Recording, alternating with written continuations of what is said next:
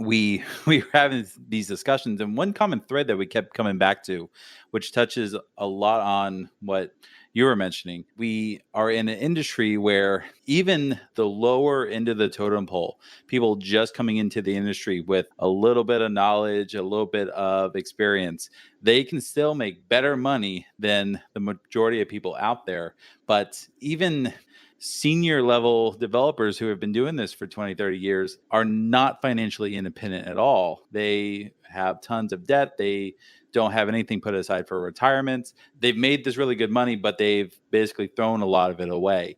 And one of our goals with the podcast was just to try to educate people. We come from a software development background. Our initial audience was all software developers, and it's not like that anymore. But we were talking to software people about, put your money away, this pay off your debts, get yourself in a position where your awesome income can protect you and keep you going further, where you don't have to work as hard, and actually prevent a situation where if you did lose your job, oh well, maybe you go 6 months without a job, you go do something else.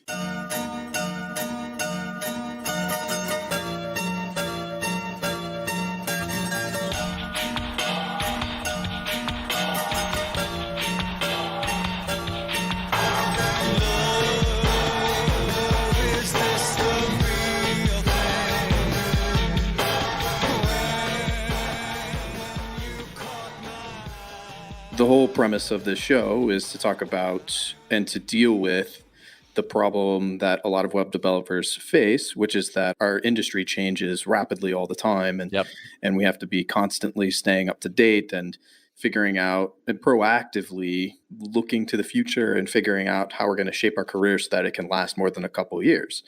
And that's very stressful. It's very hard to manage that. That's the reality. And I feel like a piece of that for a lot of people, not everybody, is the financial security aspect of the problem in a couple of ways. One, in that a lot of people have sort of golden handcuffs. So they have a job that pays really, really well, but they don't really like it anymore. Or it could even be that they like it, but their options, their career options from that job are super limited because their job is, they're working with older code bases and older frameworks and technology that would make it more difficult for them to get another job. So there's that. And then there's the situation where, fine, it's not golden handcuffs, but if at any moment you lost your job, you're going to be scrambling to find something else as fast as possible. And maybe your personal financial situation makes that even more stressful than it already would be. So I feel like while it's not the only part of the story, that it's at least a big part of the story for a lot of people. And it's a big part of the stress story for a lot of people. So I wanted to talk about that. Yeah. I also think that we have to have sort of like a big caveat up at the front of this conversation about like the types of people that we're talking about. So for example, Mr. Money Mustache, who's another personal finance person that you know, he has all of this advice and these recommendations, which from the context of someone who's kind of just scraping by in terms of their income and, their life situation, it would be pretty rude to think that, like, if you were telling somebody to stop being lazy and that's, or, I don't think he says that, but he kind of says that, but, he has such a harsh take on it. It's sort of almost a scolding take on this that I think it's important that we sort of frame this conversation so that we're talking to developers mid-level and up, with life situations that are normal. Like normal average American life situation for somebody making 100K plus a year relative to the area that they live in, right? Because I think 100K in San Francisco is maybe actually kind of tough to pull off, but I don't know. And even to that same extent, if you look at a junior level software developer who's earning 50K a year or possibly more, they're still in a higher income bracket than the majority of Americans out there. And that was one of the things that led us to starting the podcast, Two Frugal Dudes, was my co-host Sean and I, no, different Sean. We were two software guys that were talking about personal finance after user group meetings. I run a software development group. Sean came on and was helping me run it. And after every meeting, we would go out and talk. And we ended up talking about personal finance because I had gone the Dave Ramsey pay off on my debt, was actively putting money towards retirement and just being financially independent. Sean was in a similar camp. He was a disciple of Mr. Money Mustache, and he was going the fire route, which means financially independent and retiring early. So retiring before you're 65. And his goal was more like when he was 37, 38.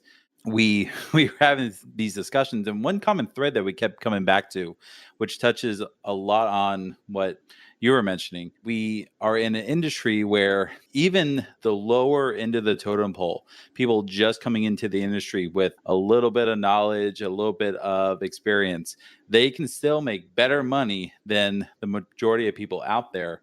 But even senior level developers who have been doing this for 20, 30 years are not financially independent at all. They have tons of debt. They don't have anything put aside for retirement. They've made this really good money, but they've basically thrown a lot of it away.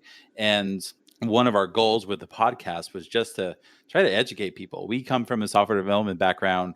Our initial audience was all software developers, and it's not like that anymore. But we were talking to software people about, put your money away, this pay off your debts, get yourself in a position where your awesome income can protect you and keep you going further, where you don't have to work as hard, and actually prevent a situation where if you did lose your job, oh well, maybe you go 6 months without a job, you go do something else.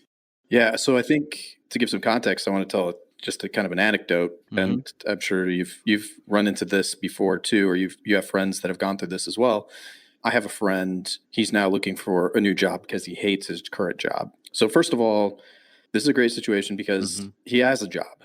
So that's a great place to be. So what we're talking about is maybe a scenario where you've all of a sudden lost this job. Okay, but imagine that he didn't have this job. He lost his job. Now he's been looking with significant effort for 6 months now. And that was surprising to me because when I looked for jobs in the past, at the beginning of my career, looking for a software developer job, it was like, give me a month and I'll have a couple offers and I'll have my pick and I'll have a job. But it's taking him a lot longer. And that's because he's quite senior at this point. So I think maybe the market is different in, one of these cities like San Francisco or Seattle that have a huge, employers of software companies. I think that's probably different. So forget that. Normal software developers out in the rest of the country, working their career.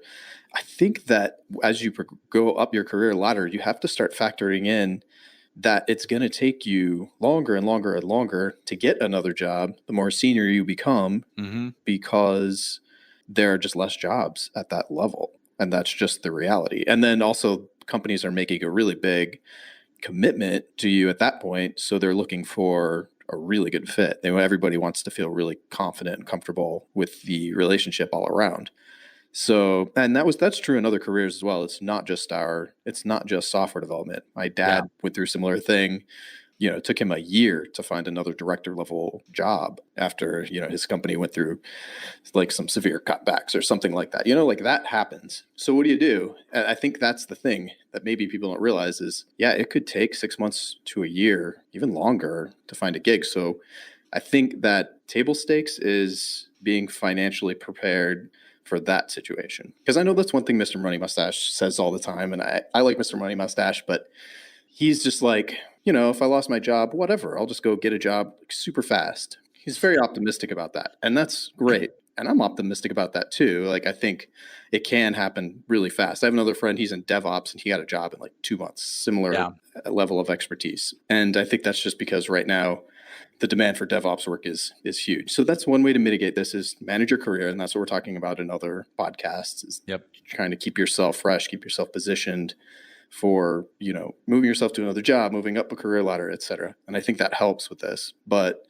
let's just talk about what does it look like to handle financially a situation where you're the primary breadwinner in your house and you're making nothing for a year?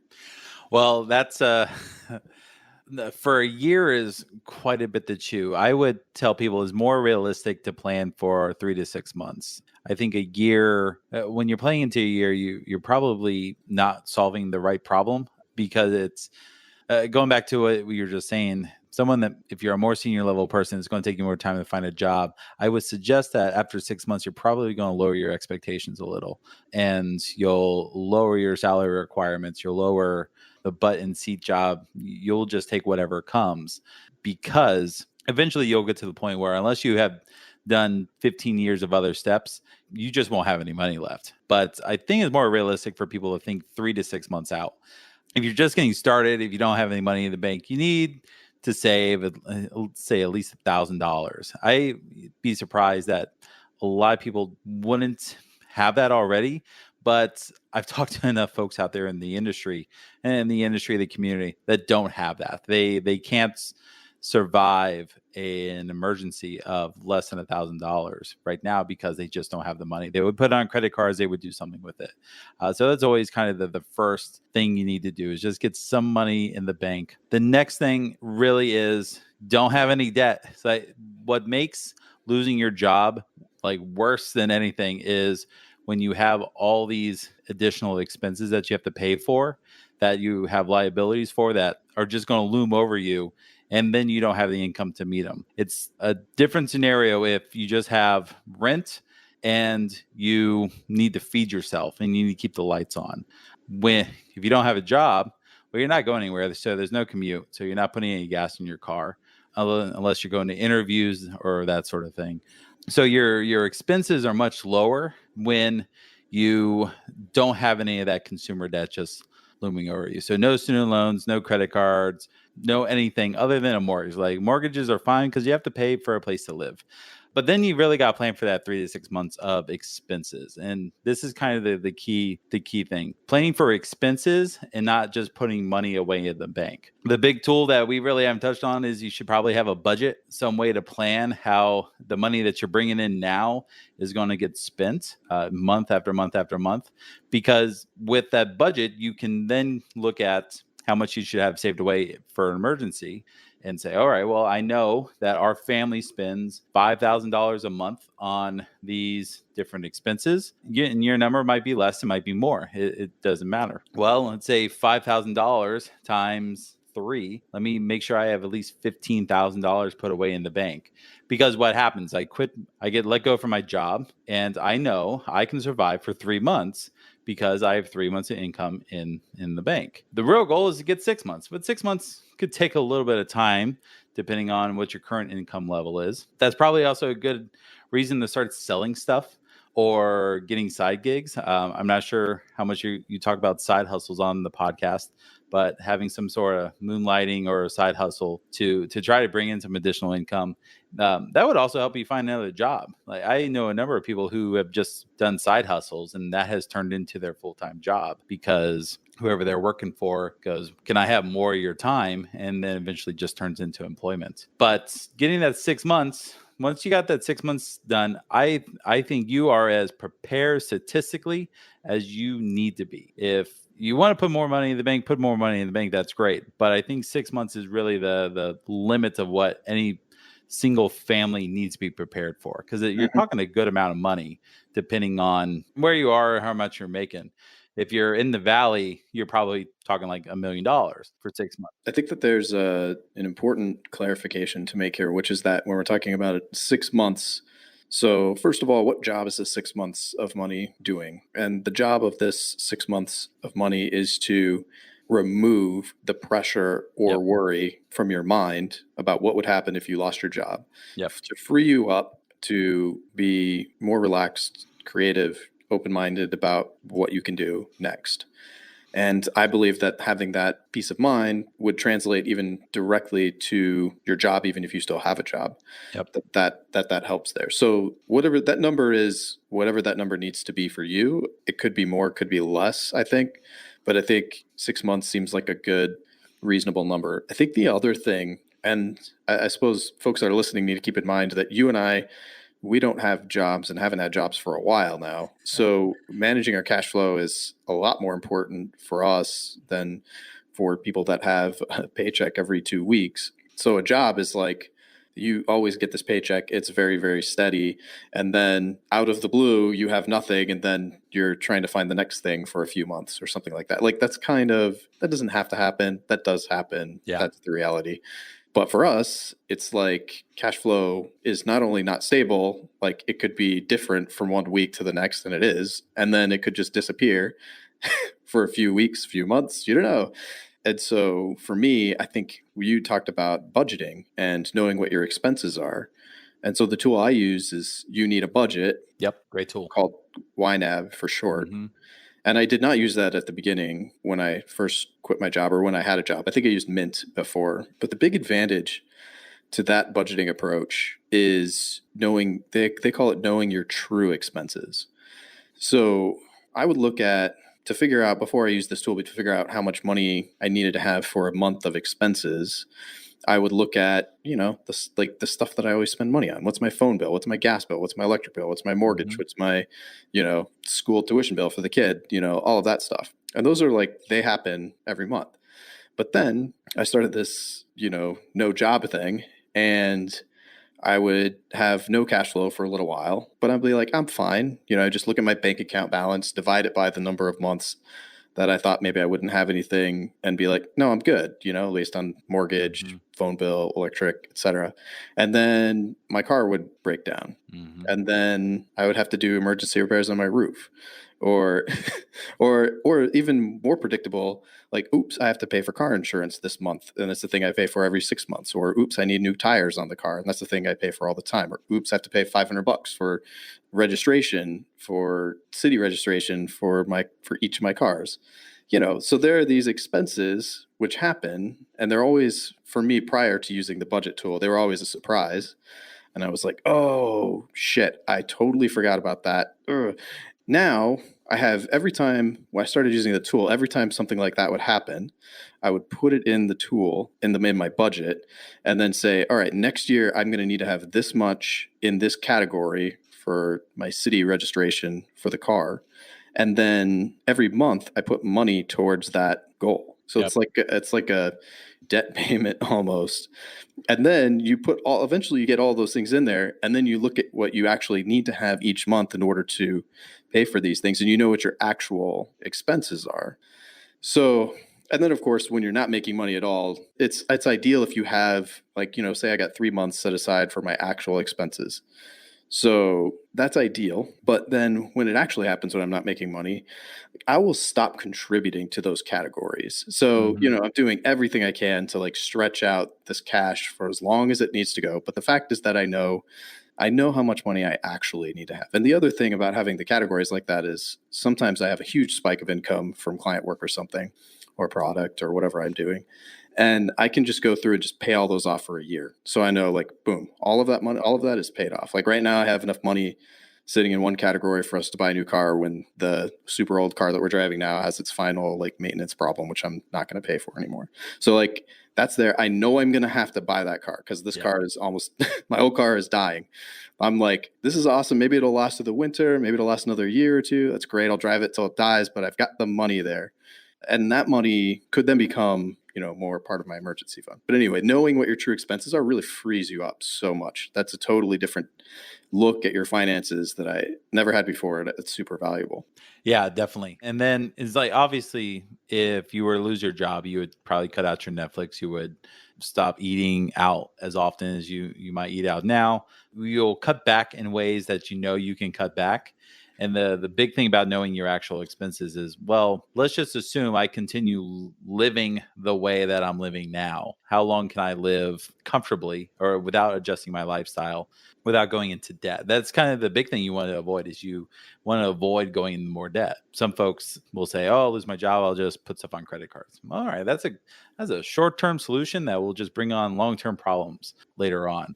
Well, we should talk about that solution though, because for me, I have a HELOC. I have a home equity line of credit on the house, which I can just write checks from for whatever I want. I did that before I quit the job. I got that lined up. That's a huge chunk of money. And even though it wouldn't be ideal to hit that, it's a huge peace of mind for me to know that we could go for well over a year before, I needed to do anything like sell the house or something like that. Yeah.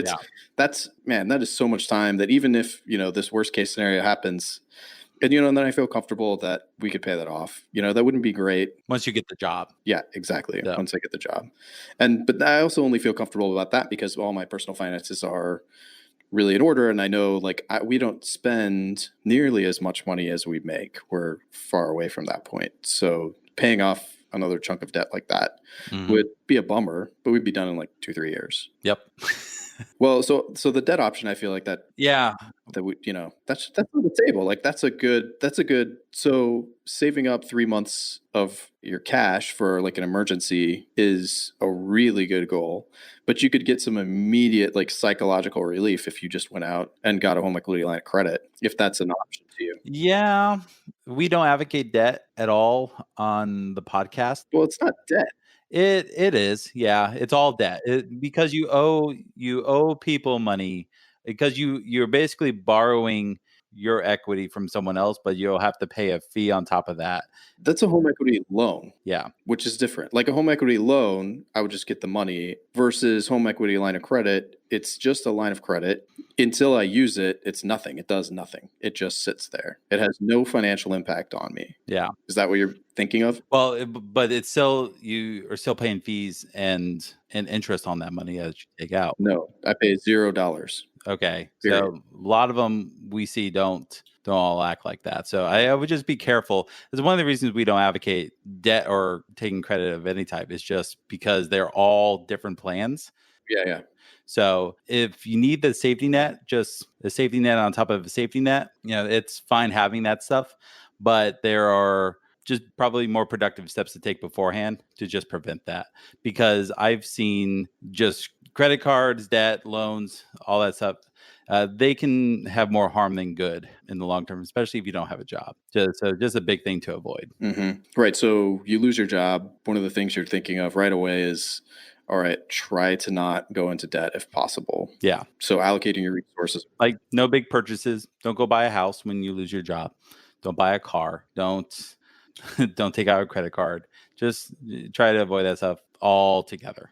I kind of want to jump in and add at this point in the conversation that the personal finance thing is it's a backstop for the worst case scenario. Mm-hmm. Because I do believe that if you work proactively on your career and have a plan that you can execute on, you can create enough, let's call them luck surface areas, opportunities, ways in which assets that you can fall back on that aren't money, assets that you can fall back on that are not just your bank account or a line of credit or something like that. Like, yeah, this could happen to anybody, but if you do some work proactively on your career, then you could avoid needing to fall back on this altogether because you lose your job, but already people were really interested in having you work on their team already. You already had a few opportunities there. Maybe you had a side hustle and you were already making some money from a client and you could up hours there. Maybe you had a small little product that you did on the side, which you did for the purpose of building your portable reputation, something we'll probably be talking about on the podcast, something I talked a little bit about with Joel Hooks. And so you've made these various other assets which are helping you. So this is just like a backstop. Because this like 3 months for a lot of people is it's a huge goal. So I could imagine people feeling a bit overwhelmed thinking about that, so it's just one part of the overall plan. Yeah. But it's less overwhelming than not having a job and having no money at all. Yeah. Yes. All right. So I don't know. Let's work with a scenario here. Like I'm a developer. I've got golden handcuff syndrome. It's a sweet gig. I really don't think it's likely that I'm going to get laid off or, the company work feels very stable. Mm-hmm. They like me. I'm doing a good enough job to not get fired. And I'm putting aside money for my retirement. I'm thinking, retire in my 60s like everybody else. That's going just fine. Everything feels pretty comfortable to me. I'm spending most of my salary on my house and cool cars and things like that. Or kid tuition or whatever. But anyway, so let's just imagine then this person is listening to this and thinking, you know what? Yeah, it would be nice to have just like a little bit more peace of mind How do I get there? So this person has a lot of assets that they bring to the table already. So I just wanted to frame that as like this person has a lot that they could do, right? Yeah. So the first step would really have a plan. If you don't have any emergency fund, you're just tossing your money away, and you feel fairly comfortable where you are. You don't need to do anything with the current assets that you have. I would say just if you enjoy that stuff, that should actually just be part of your plan. If you enjoy buying cars, you enjoy doing stuff around your house, that's just something you need to start accounting for. Maybe take a couple months off contributing to that hobby and get your money in a place where it can start protecting you. So open an additional savings account just to keep emergency fund in.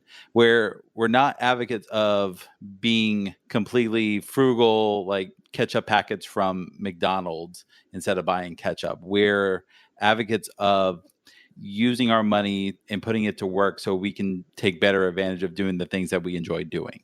And so you might have a short-term pain of not being able to, put a new exhaust on that new Ferrari that you bought.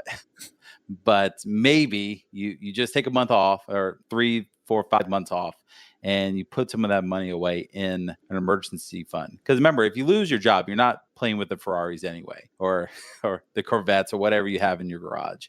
You're not going to have that hobby. That hobby is not going to exist because you're not going to have the time or money to really enjoy it. So take some time away from it now, put the money away, and then you can just pick your hobby up again later because you're also at this time probably going to build a budget.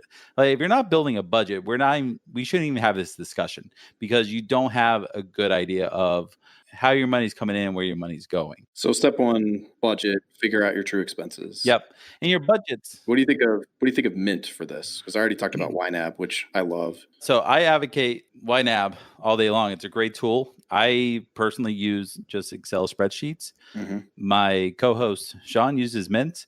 I don't really see Mint so much as a budgeting tool as in a where did my money go tool. I spent a little bit of time with it, but it didn't really fit the need that I had. It doesn't make much sense to me after I've spent the money where the money is gone, unless I am taking proactive steps to fix where the money's going to go.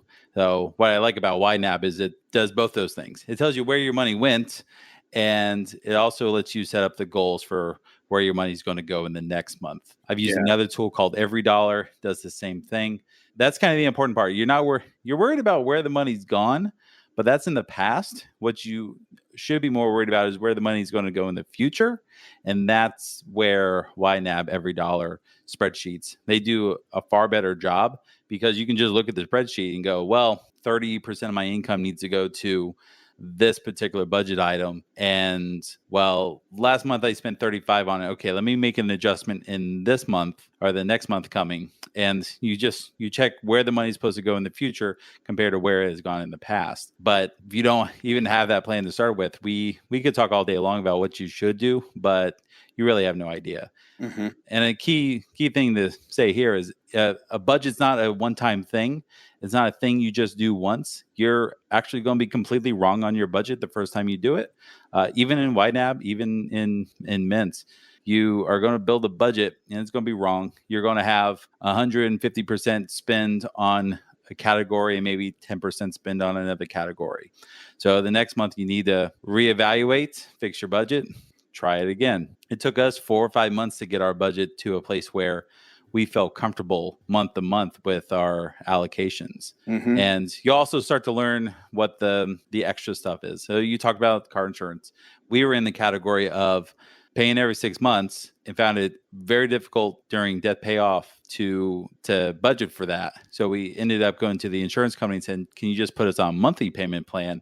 We pay like a $2 fee a month to do that, but it helped our budgeting through the debt payoff cycle. Once we got through debt payoff and once we got our emergency fund funded, we went back to them and said, oh, just put us back on 6 months now. And they were more than happy to do that. But the whole moral of that story was it took several months to get to the point where we knew where money was supposed to go every single month. And we were, and it's a big thing that you said the actual expenses. That's it. You forget about, oh, this month we decided we wanted to go see a show. Well, we forgot the budget for that. So you start learning the different things that you don't budget for every month, but you should still have in your budget, because you need to ask yourself the question of, is this something I need to pay for? Or is it a sinking fund that I need to put money towards for a a sooner expense? I think it's also good to have reality in front of your face, you know. Yeah. So the budgeting tool for me, it's really easy to use it as like a guilt trip, and then you never want to use the budget. So this is my advice for anybody that starts off doing this: is the budget is not a guilt trip. The budget is just there to represent actually what you spend. And I personally don't even adjust my spending downward to fit into a budget category. What I do is I just let myself spend what I want or what feels right, and then make sure I reflect that in the budget. And then what happens is every now and then I'll kind of go through and look at our expenses and be like, wow, this is kind of getting, things are creeping up. What could I do? And the beauty of it is when it's all actually there, you actually know how much you spend. You don't feel guilty looking at it because it's not a tool for you to like use to control your spending, but it is a tool for you to see how much you actually spend. And then you can sometimes, when you have the energy for it, when it makes sense, go through, do an audit and say, wow, okay, we're spending $150 a month on phones for the three of us. Does that make sense? Is there anything cheaper? Could I get that down? Why is our electric bill so high? Is there a cheaper air conditioning unit that we could buy, or something like a more efficient air conditioning unit or whatever? You know, it makes it so easy to look at that and then start making decisions about that, about your cash flow, right? So like I'll look at, and again, because we're so concerned about cash flow because of the way we make money, this is maybe a little bit different than somebody with a job. Another thing that frees me up to do though is to prioritize cash flow over even like long-term financial stuff, if that makes sense. So for example, I might, if I am feeling like I'm making a big transition in the business, cash flow might be shaky for a while. I may want to even consider refinancing my mortgage for a lower payment, because right now I'm super aggressive, right? Like I have a 15-year mortgage and we're paying quite a bit per month because of the way we have that mortgage structured. But if I did a 30-year mortgage and, you know, did a few other things, then automatically we lower our cash flow requirements, because this is kind of what it's about. It's like if you're trying to get to the point where 3 months of not making money, 6 months of not making money is not a big deal. And so there's two angles to go at it. There's the saving money and then the reducing. So like, what are some of the big hitters in terms of reducing cash flow? The big ones are subscription services. If you're paying for Netflix, if you're paying for like Apple Music, if you have any subscriptions through your Google Play or iTunes account, you know, those are big ones. A lot of people spend too much money on clothing. That's always a big budget category for some reason. A lot of folks spend. Do you know, like, what are some numbers for that? I'm curious if I spend too much on clothing. Well, it's so like my budget for clothing typically is zero. Like I don't buy clothes on a monthly basis. My wife will probably spend maybe less than $50 a month on clothes. She might buy one thing. Mm-hmm. We're really frugal when it comes to clothes. Usually when we spend money on clothes, it's not even for us, it's for our kids. Mm-hmm. So the kids are getting big. They need new socks, new underwear, new shirts, whatever. So we'll go out and we'll buy New jackets, new shoes, because they grow out of everything. So those are, I think that's usually a category that has more money in than necessarily should. I see that more as a seasonal thing. Like, all right, every season, every quarter, I'll buy clothing for something. I do think people spend entirely way too much money on food. Mm-hmm. Food's an interesting topic. We talk about it on the podcast often. There are a plethora of ways to save money on food. The biggest one is just shopping the outside of the grocery store. That's where the healthier, more, let's say, more pure food is. It's food you have to prepare. Once you start going into the aisles, it's all the prepared box junk. And not saying it's bad food, it's just more expensive food because it's already been prepared for you. So it's also where the cookies and the chips and the sodas are. And while you might look at a 2 liter of soda and go, oh, it's only like $2 for this 2 liter. Well, once you buy a 2 liter every week for a couple of years, that stuff starts to add up. And then when you get the chips, that starts to add up. And there's been a number of times where we go into the grocery store and we're like, oh, $20 were in and out, and then $70 later is like, how did we spend all this money? It's, well, because we got all this additional crap going down up and down the aisles. Yeah, I would say the big line items that surprises us in the food stuff is booze usually. Yeah. Like I go to Costco and then I'm like, I really want these ribeyes because the weather's so nice, so I'm gonna grill. And Yep. then I toss it in the cart, toss it in a bottle of scotch because we finished that up, 2 bottles of wine or something like that. That's like $200 just of Yeah. almost nothing. I mean, but I say that. Remember who we're talking to here. People are not necessarily interested. Like being super frugal on a clothing budget, being super frugal on a food budget. I think that's awesome, especially if your goal is to be financially independent in say 10 years or something or less. And as a developer, that's like we're talking, mostly people listening to this, I'm assuming are mid-level, senior level developers who've been around for a while, and you're making 150 plus a year, definitely more than $100,000 a year. If you have a dual income house, that's a lot of money. And so being financially independent in 10 years is totally achievable, but not everybody cares about that, right? So, I guess food and clothing, those are some big wins for sure. And those are things that you can totally control. Like tomorrow, you can control that. So just cook more, don't eat out as much.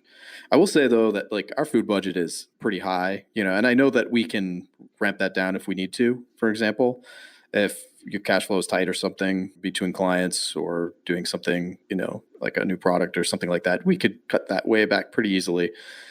So we eat out a lot because I'm very busy because of all the business stuff that I'm doing. I say a lot, it's like once or twice a week. Mm-hmm. I mean, I also live in Chicago, and that's part of all the things that are annoying about Chicago. One of the things that's great is the food thing. So, like I'm bringing this up as like an example for people to hear. I think it's okay if you like we save half our money and we still spend quite a bit on food. Yeah. Right.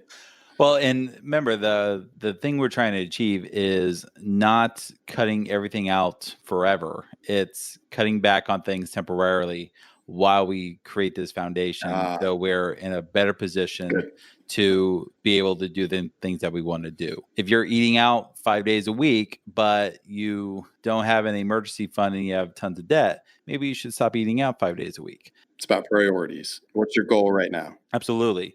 The one thing I could say about Mint, and I've heard this analogy used several times, it's a good way of looking at what's important to you because you spend money on the things that are important to you. And if you're spending $1,000 a month eating out must be important to you. If you're spending $300-400 on Starbucks a month, well, Starbucks must be important to you.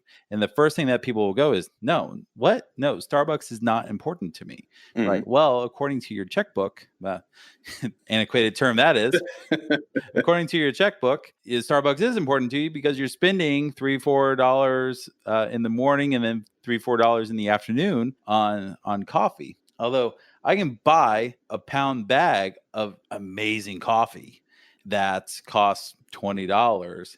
And that thing will last me for a couple, like 2 weeks, brewing individual cups. Just use your money more strategically while you're going through the process of trying to build a foundation. That's one thing I love about Mr. Money Mustache and that community and that approach, which is, for example, you were pointing out that you can buy some really good coffee that's way cheaper that you just make for yourself. It's still a luxury. It is still really good. It is still something you don't even have to have, but it costs a fraction.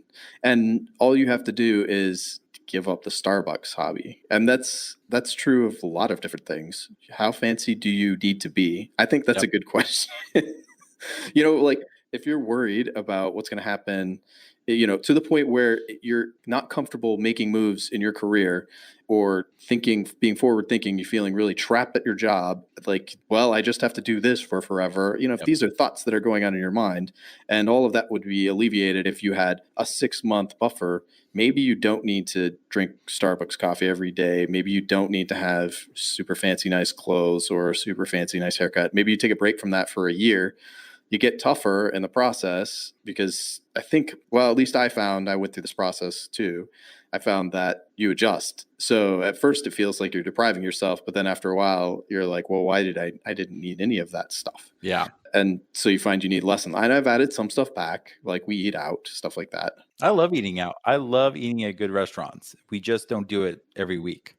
Yeah. We do it on occasion, and it's usually a planned thing that we do. It's like, all right, well, we know we're gonna get rid of the kids for the evening. We're going to go out to a nice restaurant and we're going to spend $150 on a meal. And my wife and I don't drink, so it's usually much cheaper that way.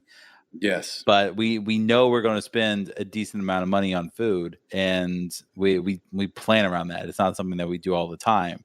I think a lot of people get in trouble when they do things on a whim, and say, oh yeah, people were going out after work, and I just I had to go out with them, and I had to spend $70 on booze, and it just happened. It's like, well, it doesn't have to work like that. Mm-hmm. Like you can take a little bit of responsibility for yourself and your expenses.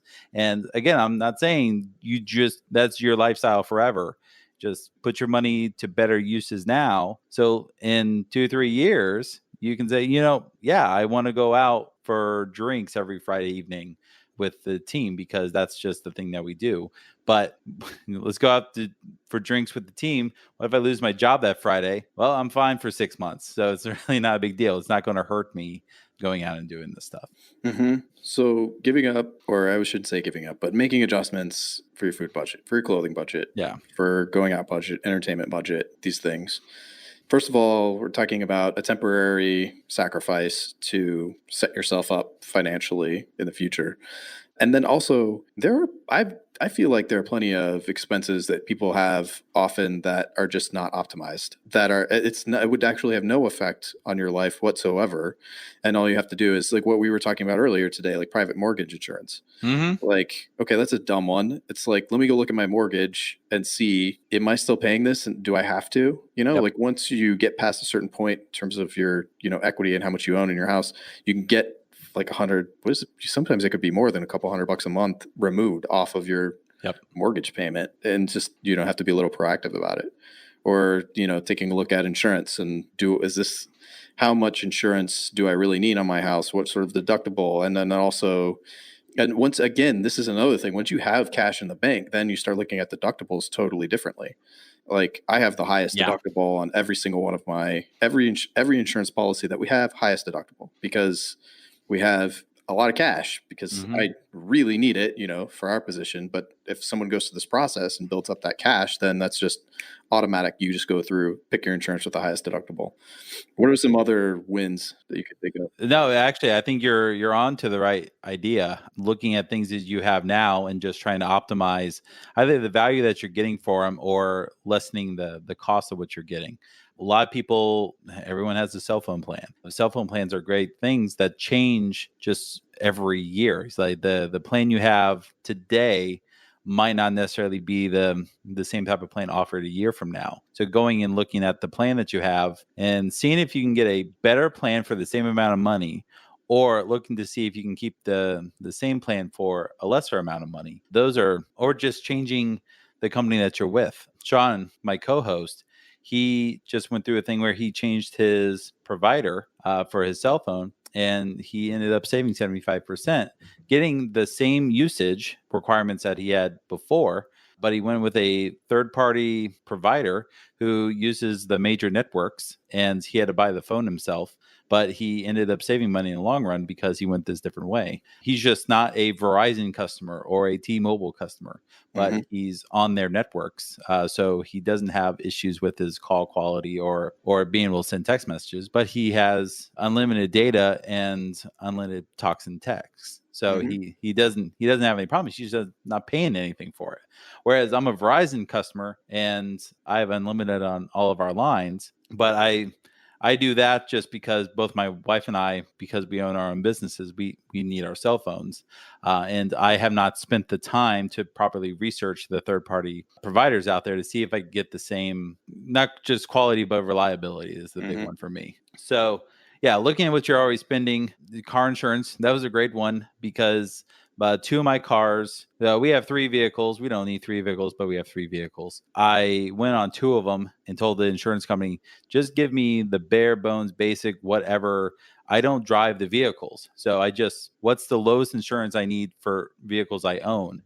And I got an insurance rate so low where they send me a letter every year just asking me what the mileage on my vehicle is, because they want to make sure I'm not driving it more than 5,000 miles a year. Mm-hmm. And I have no problem filling it out. But if either of those cars go right now, I have 4, 5, 6 times the amount of money in the bank to just buy that car again if I had to. Right. That's once you get to that level where you've saved, where you've done the work to sort of bootstrap yourself into having that 6-month cushion, then to me it acts as a safety net for a lot of other stuff too. Yeah. Self-insured. Yeah, exactly. That has shaved so much off of our monthly expenses, just having extremely high liability or high deductible liability only insurance plans for the cars, for example. That's like $200 every 6 months for the two cars that we have. I mean, it's it's barely anything. Same thing with the house. And the insurance agents they don't believe me when I am asking them, like, can I get a $10,000 deductible for the home, for the house? And they're like, really? Yeah. But yeah, I you're can cover losing. anything up to that amount. I mean, most of the people listening are developers, right? So like it's math. Yeah. If you're paying, if you have a low deductible, you're losing to the insurance companies. In fact, having insurance at all is losing to the insurance companies. But most of us can't afford to replace a house, right? But I could afford to spend $10,000 if something happened to my house, which in fact did happen to me. Somebody drove through my garage, which was awesome. But it was not enough for me to actually make a claim. Yeah. Which was annoying. And I was like, oh, but mathematically, it still works out for me to, in this case, I was unlucky, incredibly unlucky. But mathematically, it works out in the long run for me to shell out the cash to pay for these things. Because also I was paying cash for it so I could find, the most cost-effective solution to this problem. It wasn't necessarily, I would have maybe paid more if I'd had to go through the insurance company, et cetera. Anyway, I think there's other stuff too, like the electric company. And in our city, we could choose what supplier we have. Yeah. Oh, yeah, I can't do that. Yeah. And I was able to reduce our electric by like 40% or something like that, our electric bill, just by switching providers to somebody cheaper. I think now we go for like the green energy company, so I may be paying more. But when I was in saving mode, that was like an easy win. Cheaper phone plans. Buying phones outright, we do that. Once you have the budget going, it's definite. I've done the numbers on this a few times for myself, and it's definitely cheaper to essentially lease yourself a phone. That's kind of how I look at it. Where I'm like, okay, I'm going to buy a new phone in 3 years, and that's what I do. Maybe 4 years would be better. Maybe other people want to do 2 years, whatever you do. And then you figure, okay, new iPhone's $1,000. And then you put it as a budget item because you're using a budgeting software now. And then you just pay per month. And I do the same thing in the business for computer equipment and stuff. I know I'm going to need to replace it like every 3 to 4 years. So I just have a line item. I looked into leasing through Apple or getting a loan through Apple. And the loan payment is actually more than if I just save for myself. And it's also more flexible too, because I have that money that's just sitting there, which in an emergency, I could just lump that all into whatever I need to use it for. Yep. So that's the other thing. Having a ton of cash is just super helpful. Talking about utilities, one of the things that we do is our electric company and our natural gas company both let us set up what they call budget billing. And what budget billing does is it looks at how much you used over the past 6 months, and you just pay the average of that amount for the next 6 months, and then it re-averages every 6 months. So you're paying the fixed amount every month, but that amount can change every 6 months. And it's very useful for budgeting purposes, because I know, all right, gas bill is going to be $50 every month until after winter, because we have natural gas heating.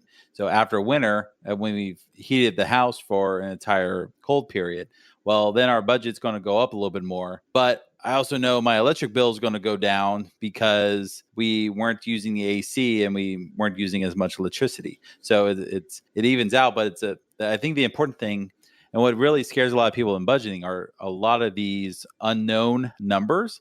I don't know necessarily how much my water bill is going to be every 2 months. Yes. Well, so you just kind of you put a number in the budget and you just hope it's not more than that number. And At the beginning, you're guessing. yeah, you're totally guessing, or you're looking back at what you paid in the past, going, all right, well, maybe I won't spend more than $50 on water. Well, we've had issues in our local city. It's not just been us, but it's been others where the water bills have been outrageously high, and it's not even so much usage; it's just the fees and taxes that they add on to our stormwater bill. So you have these expenses, you just don't know what they're going to be. So we're trying to eliminate as many of the unknown numbers as possible. And budget billing was a good way of doing that. Super helpful. Yeah. I will say though with YNAB that I essentially just do that for myself because so like right now, same deal with, in Chicago, probably worse than, well, it is definitely worse than Virginia. My gas bill in the winter is quite high, but we already have like $800 in the natural gas budget, and it's October. So I'm already, well set up for the winter. Yeah. But that's because I've been budgeting for long enough that I have a track record of this is how much it costs for average per month for a year, which includes summer and winter. So I just always save that amount, even though in the summer it's basically zero. I mean, it's almost zero except for cooking gas. But again, so I got $800 sitting in that account. That's another huge advantage of that, which is, so we have these huge checking account balances, which prior to budgeting, I would have looked at these huge checking account balances and been like, oh my God, we have so much money and bought a car or something. I would instead, I don't even look at the balances. It's all in the budget. I know how much each of these, I know where all of that money is going and where it needs to go. And I know that, no, I can't just buy a car. I can't just spend $30K on a car or something. Like all of that money is allocated specifically for things that I know are going to come up. That's a big difference. You really like doing the budget levels you up from look at my bank account balance, put a finger in the air and be like, oh yeah, I could totally afford that to, what money you have and how you can spend it. Is that maybe the biggest takeaway here is like get a budget going, make some short-term sacrifices? Yeah, definitely. If you don't have the budget in place, put the budget in place and give yourself a couple months to get the budget where it needs to be. I think another thing we really haven't talked about is if you have a partner, if you're married, you have someone else you're sharing your expenses in your life with, they also need to be a good part of this conversation as well, because they're probably another side of the income coming in and just not another piece of the puzzle of expenses going out. So you need to make sure that you're not just doing this work independently. And I know as software developers, it's very easy for us to just go, I will fix this entire problem. But then your significant other comes into the equation, goes, why is there no money allocated for X, Y, and Z? Those are important to me. Well, that just throws a wrench in your plan. So I also want to say the partner thing, we should talk about that a little more. But I also want to say right now, I'm 100% sure there's a software developer listening that's thinking I'm just going to write my own budgeting software. Yeah, don't do that. Don't do that. It's just, if you want to just throw something together in Excel or Google Sheets, that's cool. That there's nothing wrong with that at all. But don't write a line of code to do any of this. I know a guy who wrote his own budgeting software, and every month, it was like every other month, he would say, "I got to fix a bug in my budgeting software." It's like I'm doing this, I'm doing that. I have a bug. I'm like, dude, just the hourly rate that you would potentially charge yourself to write that, you have already paid for YNAB 3 times over. Easily. Yeah. And that's in a month. So, easily. YNAB's like $100 a year or something. Yeah. I think, but I do think that you're right, that bringing this up with a partner and working that through with a partner is so hard if you're not used to having that kind of conversation. On the other hand, having the budget means that you have actual data that you guys can look at together versus just guessing and being angry at each other because like, oh, we're short this month on this stuff. Like, well, you bought that fancy new coat or whatever, like now that we have the budget, now I know that it's usually not that. That's not the issue. It's like a whole bunch of failures that happened before that, a whole bunch of conversations that should have happened over a period of months that end up that you didn't have. And that's why you end up, having to put some stuff on the credit card this month or something. And it's super hard to move a relationship that wasn't having those conversations before into one that is. But on the other hand, I think, you end up being a lot stronger for it once you work your way through it. Yep. And starting with that idea of, I just want to build a foundation that we can build a more stable life on top of. This is just a short-term thing we need to do, and then we can reap the long-term benefits from it. And looking at the budget not as a way to control spending, but as a way to record spending. Exactly. I think it's really important because, especially when even just for myself, if I was just doing it by myself, it would be easy for me to guilt trip myself. And then the budgeting becomes the thing you don't want to do. Yeah. Versus there's zero, you can do nothing wrong. That's the conversation that you have before you sit down and put everything in the budget. Nobody can do anything wrong. Spend money the way we always do. Let's put it in the budget. And for the first few months, that's all you do. There's no judging. You just spend your money the way you've been spending it, and you put it in the budget, and then you look at it. And then you get a real look at things. And then you start having the harder conversations about priorities. And maybe you pick one conversation at a time. Like you look at the clothing budget and you're spending $400 a month on clothes, which I know people do for sure. So you take a look at that. And, maybe you have one conversation like that per month, basically. And start with the easy stuff. Start with the stuff that's an easy win, I think. That's what we did, and that helped a lot. Yeah, definitely. Because you're going into the conversation already knowing that the income is fixed. We already know how much the income is going to be. And we know we have to pay our mortgage. And we know we have to pay car insurance. And we know we have to put gas in the cars. And you start with all the knowns, then have this pile of money left over. At least I hope you have a pile of money left over. And you go, okay, now we need to prioritize the not knowns or the not requireds. And that's where usually the fights happen, is the not requires. Like, no one's going to argue over, I don't think we should pay the mortgage this month. No one has that conversation. That's just the thing you all accept is going to happen. But I have an argument of, I want $200 to buy new clothes this month. You can have that argument. Or not an argument. You have that discussion. You're rational adults. So yeah, it's definitely get the easy stuff out of the way and just deal with the chunk of money that's left over. And if there's not a chunk of money left over, that's a slightly different conversation, because then you don't necessarily have expenses you can limit. You're more worried about how can you increase the income to support the expenses you have. Mm-hmm. Or like for us, we started having big conversations like, this is hard the way we're currently we have our lives set up right now. Why don't we sell our expensive city house, move to the suburbs in Arizona, buy the house outright because that's how much cheaper they are compared to where we are now, and send our kid to free, really good public school? Like that's a conversation that you can then actually have, versus until you have the information in front of you, it's difficult to talk about that. My co-host Sean moved to Gulf Shores, Alabama. He lived forever here in Virginia Beach, Virginia. And they decided they wanted to try some new environments with his wife and his kids. And they ended up in Austin, Texas, but that was too expensive. They ended up in Gulf Shores, Alabama, which has a lower cost of living than any of the other areas he's lived, and decided that's just where he's going to plant his roots for the next couple of years. Mm-hmm. And it was definitely that idea. We want to find a good place for our kids to go to school, and we want somewhere that's not going to be terribly expensive to own a property or whatnot. And yeah, Gulf Shores, Alabama is where they ended up. And everybody's going to move to Gulf Shores, Alabama. Yeah, they will. Just flock there. He wanted to surf. He wanted a place that was cheap to live and had good surfing, or had adequate surfing, I guess. And Gulf Shores met those criteria. Okay. All right. Well, I think we've dropped a lot of really good, useful tips for people. I hope so, yeah. Let's wrap this up, man. Tell us about Two Frugal Dudes. Where can we find that? What's it about? Sure. Two Frugal Dudes is personal finance in layman's terms. Our goal is to help you better use your money today so you can enjoy the life that you want to live later. And we actually drop 2 episodes a week. One episode is usually a guest.